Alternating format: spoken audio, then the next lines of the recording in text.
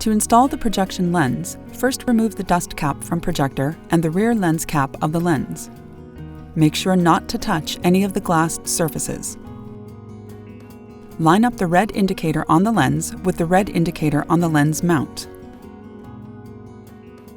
Slide the lens into the projector.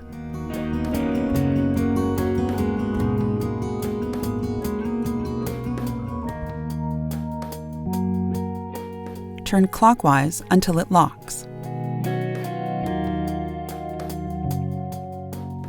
To remove the lens, push the lens release button.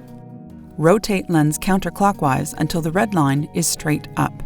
Once the red lines are lined up, pull lens out. Make sure to support the back of the lens when you remove it to prevent the lens from hitting lens mount.